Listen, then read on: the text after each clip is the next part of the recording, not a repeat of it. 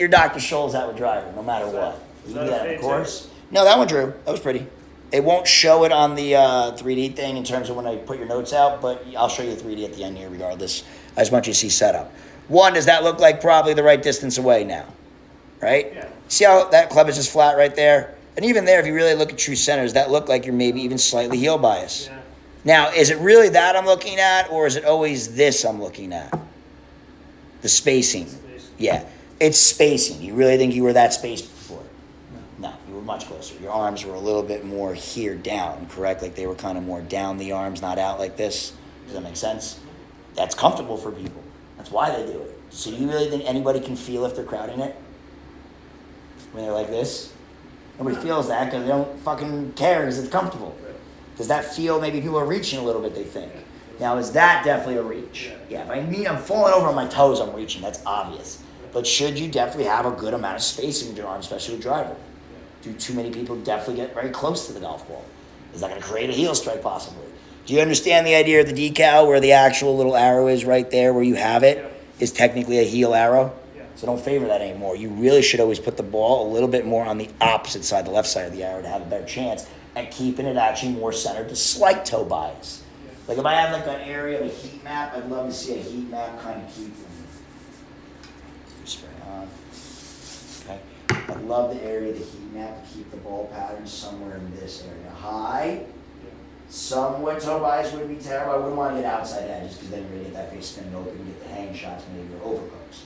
But anywhere in here, oh yeah, we're hitting there, then it's not a directional error. Then the directional error we have to work on. You get that? Because I need to first see contacts are in pretty good spots. You see, I got something forever there. It's not like I just pointed out a little dot right there. I was like, anywhere in these like little grid, you got like a good inch of space you probably had it and still murder the shit out of the ball. They get your best taco drives. You can see all my tees from practicing. You're almost setting up there every time. See how influenced you are? You're close to the ball, handles low, you're setting up on the decal. Making sense? Okay. Now, do the alignments finally look the way I wanted? The shoulders finally match everything. Yeah. I forced you on that one not to let you twist back. Right. So when you tend to look, you tend to push your handle forward and twist your shoulders open. So when you look, should you turn your shoulders at all? No. Now, should you see your lead shoulder in your lead eye's peripheral a little? You bet your ass you should. Will I see it now? No. So if you don't see the lead shoulder, you're not closing the lines. Does that make sense? Let's see. You definitely visually see the lead shoulder right here. You see the tip of it here. Do you now? No. That sucks. Or at least that's a fade setup bias. You get it? Now you see that shoulder, right? And you should clearly see it. I want at least 30-40% right here being seen. Does that make sense? All right, good. That's the way I'd want you to set up. That doesn't even look too crazy, does it? Taking a look at this. Like, does that look crazy or does that look like what a lot of good players do? So you see how it's an ingredient, whether you're comfortable with it or not? And then is the ball position actually probably perfect? Yeah, I think that one was pretty good. Yeah, there you go. You get it? So are the hands definitely leaning back? Is the ball position relatively near the kind of instep area? Yeah, close enough. Good enough. Does that make sense? It's not about perfect. Like, if it's not right on the middle of that instep, I'm going to say something. I'm like, no. I'm looking at it. You lean the shaft back. Is the ball position a little bit ahead of center, somewhat kind of behind that front foot? And does that let you hit up on it? Yeah, it did. You did a lot of good things there, right? Spins are at least somewhat lower for you.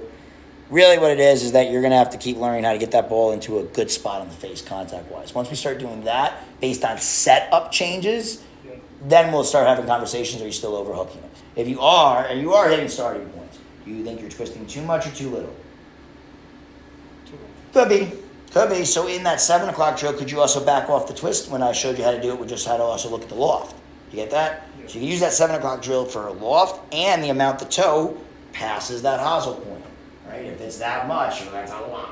If it's only that much when you're looking at that toe, the tip edge, so you see how like right there, did that close just a little right there past that tip? Does that look like a lot?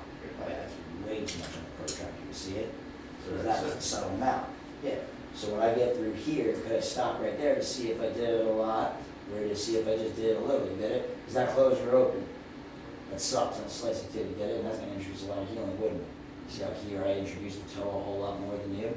Do us look like I closed the face a lot better then? Could you overdo it? You could.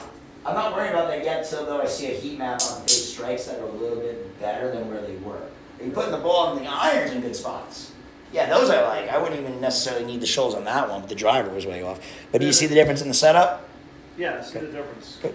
But if I'm, so last round, I hooked right off the bat, and then I couldn't stop. I didn't know what to do to. Do you think the contacts were as good as you thought they were, or were they probably a little Maybe bit not, off? But even so, what do you do? Well, that's huge if the contact's off, right? So what I always want you to fix first, contact or direction, Contact. which then we'll talk to see if that actually did fix the direction. Probably will. If it doesn't, then we'll have that conversation too, but you got to know for sure your contacts are actually better. Can Dr. Scholes be a way for you to actually measure instead of just trying to feel this shit? Feeling didn't give you the answer, did it? You don't really know if your strikes are as good as you think they were. Because can the ball hit in certain spots in the face and still produce a functional result and feel solid enough? Right? Yeah, that doesn't mean you really hit that great of a shot. It just means you put the ball in the metal to at least get the damn thing airborne. Which, like I said, a minimum, is that what people need to at least break 90? Yes, correct. Right? Anybody not breaking 90 or 100, they ain't putting the ball in the metal, I'll tell you that right now. It's not a directional error for them, it's a contact error. They also have directional error skills, yeah, for sure they do. But until I see high level ball striking, a lot of times that's the reason the ball does do funky shit. Make sense? Okay. Let me see one more in the